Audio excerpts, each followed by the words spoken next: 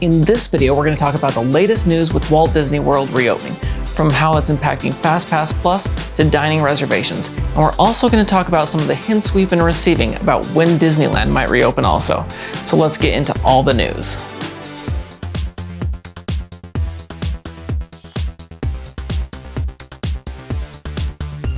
Hey there, I'm Eric D, and on this channel my goal is always to help make your next Disney adventure a little bit more magical, with food reviews, tips and tricks, and vlogs of my Disney trips.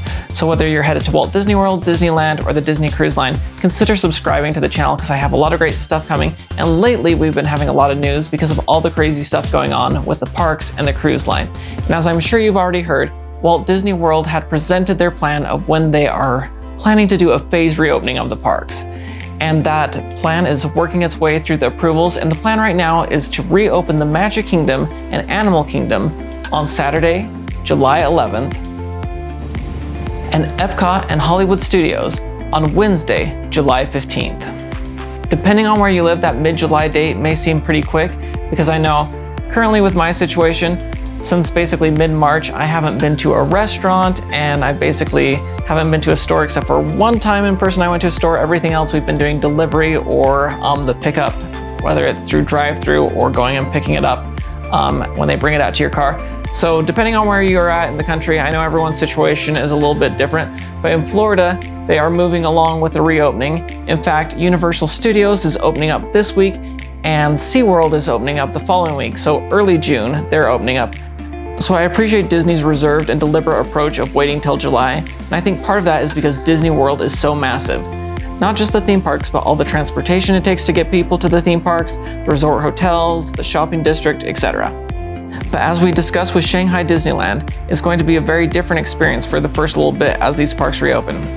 Thomas Smith on the Disney Parks blog said, "This phase reopening will demonstrate a deliberate approach with limits on attendance and controlled guest density that aligns with guidance on physical distancing. That means certain experiences we know draw large group gatherings, such as parades and nighttime spectaculars, will return at a later date.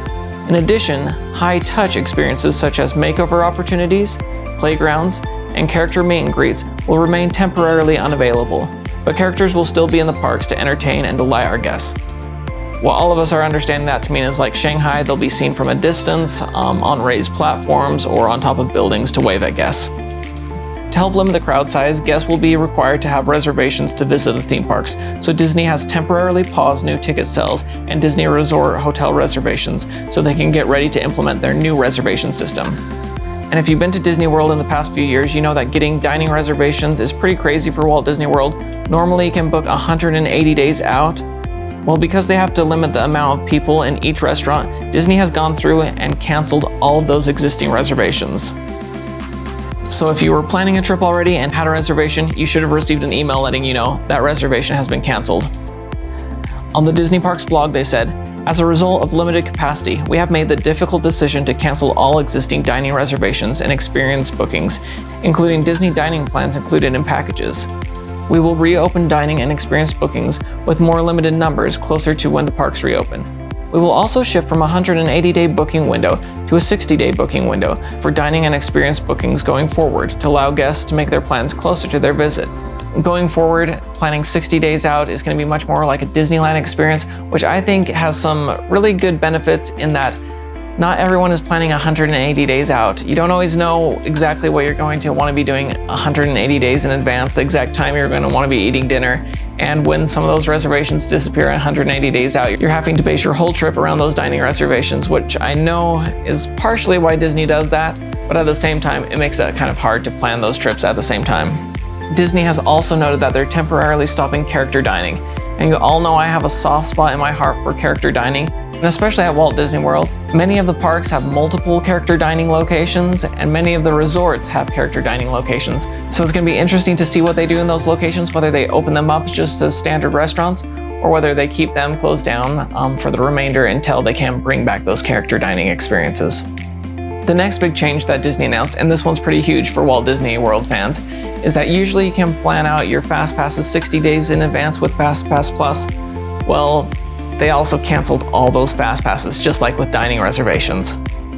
Disney's official statement said, As a result of the COVID-19 impact, the Fastpass Plus service will be suspended for the time being, as we plan to use additional queue space to manage capacity at our attractions and maintain physical distancing. We will automatically cancel existing Fastpass Plus selections and share any future updates on the service at a later date. Also, please note that upon reopening, extra magic hours will be temporarily suspended. And it looks like, at least for the first few weeks of being open again, Disney is toying with the operating hours, having them open a little bit later and close a little earlier too. So we'll see how that changes over time, or if that is something that they're going to stick with as they reopen. In addition, we've known that face coverings and masks would be required when the parks open, and they'd also have temperature screenings. But Disney also announced that they're lowering the age requirement for face coverings and masks from 3 years old to 2 years old. This one I was a little bit surprised with, because I can definitely see someone who's closer to 3 being able to wear a mask, but those who are just turning 2 or just barely 2, I think that's a harder sell on that part, and so hopefully they'll be a little bit lenient there if it is someone who's just barely turned 2 or something like that, because just barely turning 2 years old does seem pretty young to be wearing a mask all day long, but we'll see what they say. Disney is also going to be expanding their mobile food ordering options and also their pay options on there to include Disney gift cards, Disney reward cards, and also Apple Pay and different things like that, because they really are trying to avoid using cash and try to go cashless, just mobile pay on there. So that should be interesting to see and make things a lot smoother there. I think the big unknown right now is how the reservation system is going to work for the parks, because that is the big thing that everyone for their vacation will want to know. How are they going to be sure they'll be able to get into the parks, whether they have a hotel room, whether they're an AP, whether they are staying at a different hotel? How are they going to know for sure that on their vacation or on their trip, if they're just visiting for the day, how are they going to make sure they're going to get into the park? That's going to be the interesting thing, because they didn't announce capacity. So as we get more information on that, I'll be sure to keep you up to date, because that's going to be something very interesting to hear how Disney is going to handle. So with the reduced capacity, that can definitely be viewed as a positive thing, but without the parades and nighttime spectaculars and the character meet and greets, that can definitely be viewed in a negative light. So what are you feeling right now? Are you still thinking about going on a trip to Walt Disney World in the near future, or is that something you're going to hold off until all of this is over? Is this something that you're still willing to do if you're having to wear a mask, not get to see the characters up close? Or is that something that, you know what, just wait until everything's back to normal? Then out on the West Coast, we got some potentially good news for Disneyland. California has a 4-phased approach to opening, and everyone's been wondering when Disneyland would be allowed to reopen, because the 4th phase, the last phase, which they were saying was months and months away, is when you can have big concerts again, big sporting events with all the fans back. So some people were thinking Disneyland would fall under that. But the governor announced that theme parks would actually fall under phase 3. And they're currently under phase 2, just at the very start of phase 3. So as we move further into June, California is going to move further into their phase 3. And that's potentially when Disneyland can reopen. But I don't foresee Disneyland reopening before Walt Disney World. If anything, I can see them trying to reopen about the same time, mid-July. And it would be nice if Disneyland could reopen prior to July 17th for their birthday. I think it would be fun for Disneyland to be open for their birthday, even if it's only a very small crowd that can be there, or even if they can just do something special for Disneyland's birthday. I think it would be nice. Disneyland had been taking reservations for their hotels starting on July 1st, but they've actually pushed back that date to July 15th. So it is kind of lining up in theory that they could start about the same time as Walt Disney World, but we'll have to see if they push that date back further. They haven't canceled those early July reservations yet, but they have pushed back and not making any new reservations at that time. For optics' sake, I'm wondering if Disney is going to try and open Disneyland at the same time as Walt Disney World, just so you don't have the question of, well, if it's safe in Florida, why isn't it safe over in California? Like, is it really not safe in Florida if it's not safe in California? I think there will be some questions raised there, but we'll have to see what they say. But we do know that they can officially open in phase 3, but we will see what happens there. So that is the news we have right now. Let me know in the comments below what you're thinking. Like I said, I'd love to hear, are you thinking of still going in the near future to a Disney theme park with these new kind of restrictions, or is this gonna keep you away for the next little while?